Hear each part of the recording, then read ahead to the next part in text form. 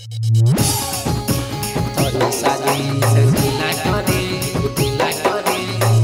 Director Nitish Aryan recording studio Saharsa.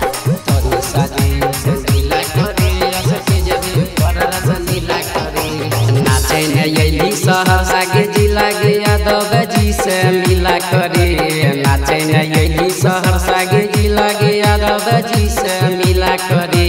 तोरी साजी से लीला करे सके जबे पर रस लीला करे। तोरी साजी से लीला करे सके जबे पर रस लीला करे। नाचे नैली सहरसा के जिला के यादव जी से मिला करे। नाचे नैली सहरसा के जिला के यादव जी से मिला करे। तोरी साजी से लीला करे सके जबे पर रस लीला करे।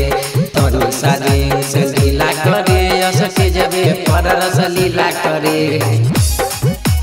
तोरी साजी से लीला करे music director Nitish Aryan recording studio Saharsa.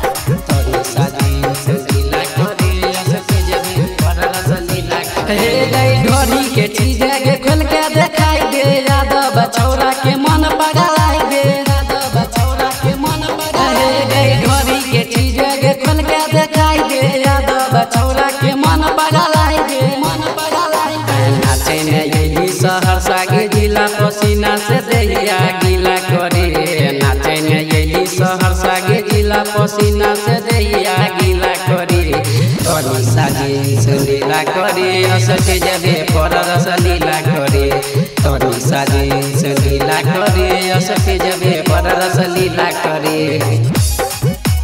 तोरी साजी से लीला करे music director Nitish Aryan recording studio Saharsa.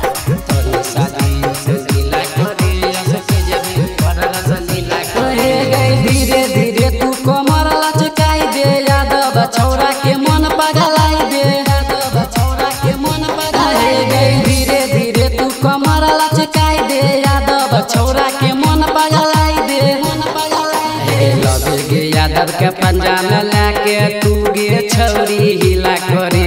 लगे गे यादव के पंजा में लाके तू गे छौरी हिला करे। तोरी साजी से लीला करे सके जबे पर रस लीला करे। तोरी साजी से लीला करे सके जबे पर रस लीला करे। Aryan recording studio Saharsa.